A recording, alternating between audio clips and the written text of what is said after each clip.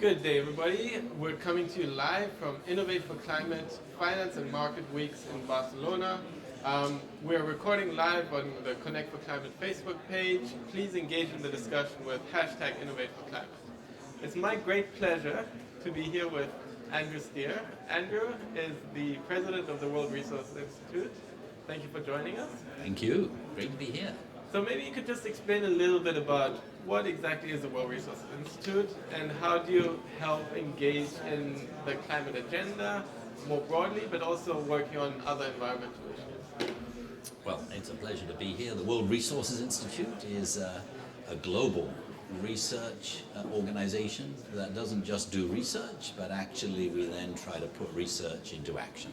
We believe there are big choices that civilization needs to make. We look at 6 issues in particular that need to be addressed. Food, how are we going to feed 9.6 billion people in 2050 whilst reducing the carbon footprint of that? Water, how are we going to deal with the fact that water is becoming more and more scarce? Climate, what are we going to do to implement the Paris climate deal and more? Cities, how do we address the fact that 1 billion people every year, every decade are added to the world's cities, which can either be the solution or can be the problem? And energy, how are we going to get this incredible energy transition that's required? And finally, forests where the world's biodiversity lives. How are we going to really address that? So 6 massive global problems. And what we try to do is bring the best data, the best science.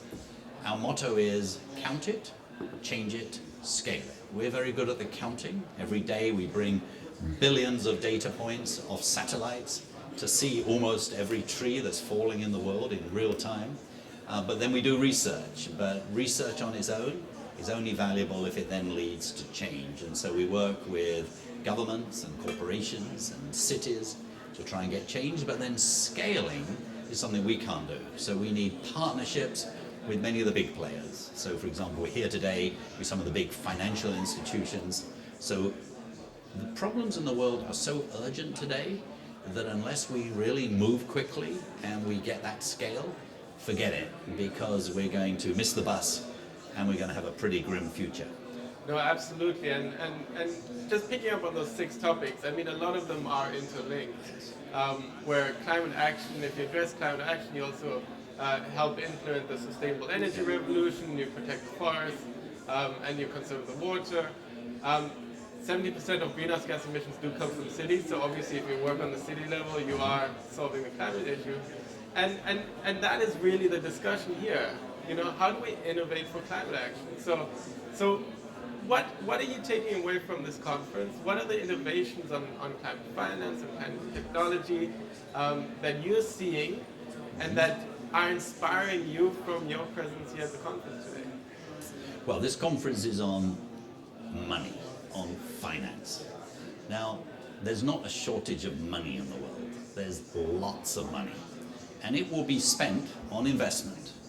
We estimate that in the next 15 years, total infrastructure, and that's roads and bridges and power plants and houses and factories, total infrastructure will be about $90 trillion, $90 trillion.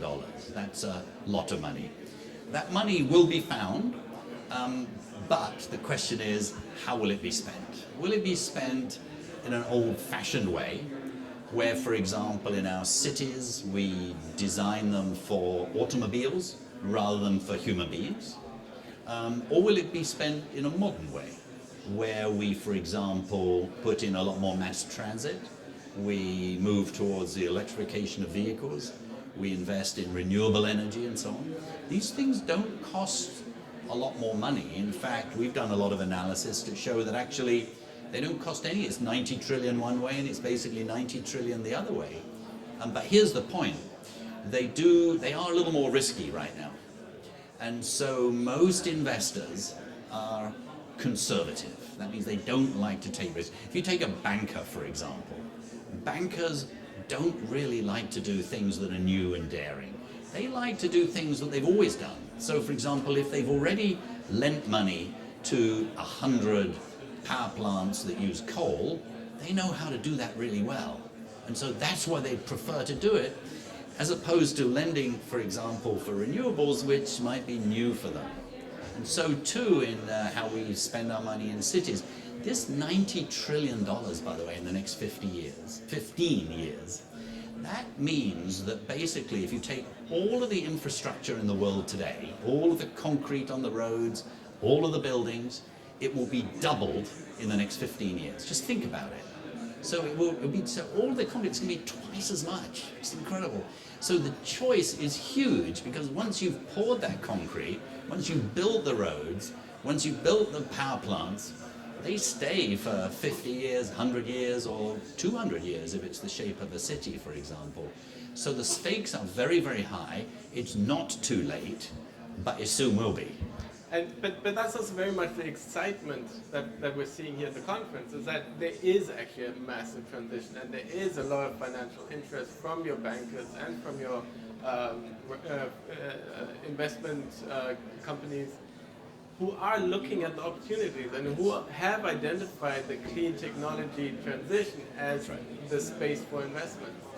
So let's just dwell in a little bit on how WRI, the World Resource Institute, actually advises countries and works with countries to help implement their NDCs, their nationally determined contributions of climate action plans. Yeah, we work with lots of countries, and we like to work, obviously, with the ambitious ones. So one of the things that we've put together over the last few months is something called the NDC partnership. NDCs are code word for the promises that were made, or the pledges made, or the goals that were made at Paris. So every country in the world has made these, we will do the following to address climate change by 2025 or 2030. So what we've done, together with other leaders in this space, we put together a group of 55 countries and 10 international institutions, including the World Bank and various UN agencies and so on. And these 55 countries are committed to implement their targets in an ambitious way, and in addition to that, to learn from each other. Because it turns out that just having a target is not enough. That target has to then be put into the form of a plan that links to your overall development, has to be costed, you then need to find the money, and so on. So there's actually quite a complicated process, and many countries went to Paris in a very enthusiastic way, and they made pledges which were good, but now they need the hard work.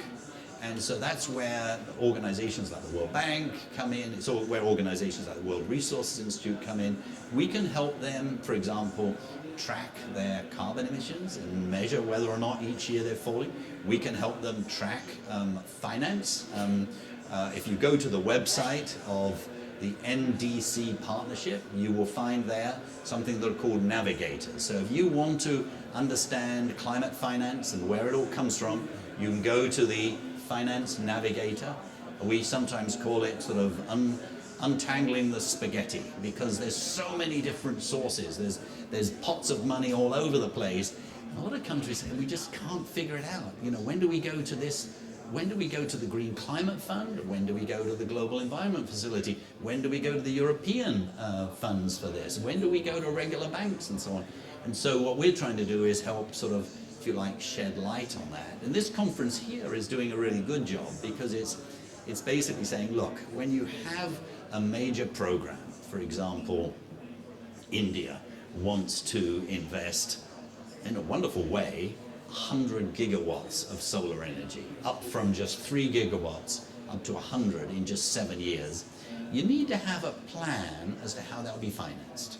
So you need to think about, what are the risks, what are the returns, what's the legal structure, what kind of commitments can the government make, what kind of policy framework. You need the different pieces of the jigsaw puzzle all to be put in the same place. There are no silver bullets in this business. You've got to think of it more like a jigsaw puzzle, and the pieces need to be put together at the right time, and that's what we're doing here.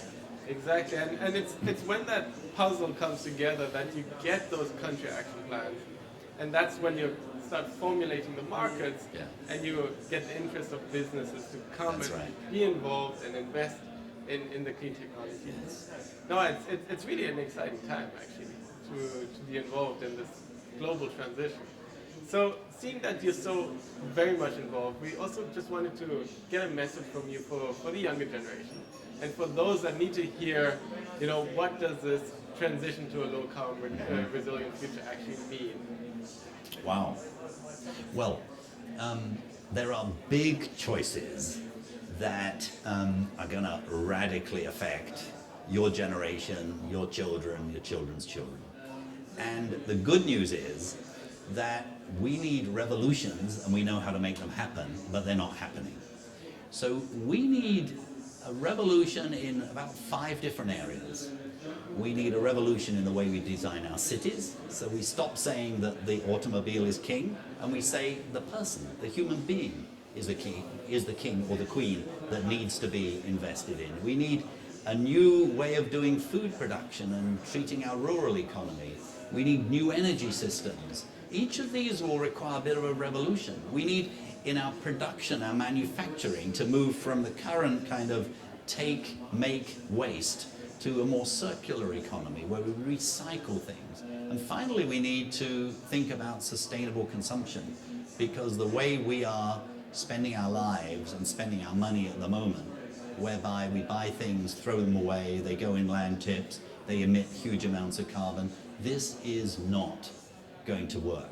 So I guess what I would say for you is, number one, get excited about these revolutions, because they'll make your lives, your children's lives, much more exciting. Who wants to travel 3 hours to work, as you have to if you're a poor person living in the outskirts of Mexico City today, and change buses 4 times? You don't need to. Actually, it's cheaper to design cities in a smart way that are more compact, more edgy, where people use bicycles rather than cars, where people live near where they work, and so on. That's just one example. So first, get excited about these revolutions. Second, engage. I don't know how close you are to voting, but please, please ask those who are running for office, do you get it? Do you get that the current situation is simply not going to work for us? Are you on board these revolutions? Do you believe in these system-wide changes? Do you want to be part of it? And if they say no, don't vote for them. Or go to their meetings, heckle them, tell them off. And finally, on this final point I mentioned about sustainable consumption, let's think really hard about that. Let's think about each of us monitoring our own carbon emissions, for example. There are easy programs to do that. Do you know, if you ate beef just half as much as you do today, the impact would be enormous. Do you know, if all the cows in the world were to get together and form a nation, they would be the 3rd biggest emitter of greenhouse gases, just after the United States. And they're catching up. And in a couple of years, they will overtake the United States. So cattle in the world are more polluting. They will be more polluting than the entire United States. So why is that? Well, it's because we eat too much, and we use too much dairy products. And as you know, cows not only emit enormous amounts of methane, which is dreadful for climate change, but they also are expanding into the forests of the world in places like Brazil. So that's just one example. So we need to educate ourselves on that and then change our behavior. Absolutely. So you've heard it from Andrew Steer, the director of the World Resource Institute. We have a number of revolutions we need to get excited about, get engaged on, and act upon. Continue following us live on Connect for Climate's Facebook page, and engage in the discussion with #InnovateForClimate. Thank you so very much, Andrew. Thank you. What a pleasure. Well done. Thank you.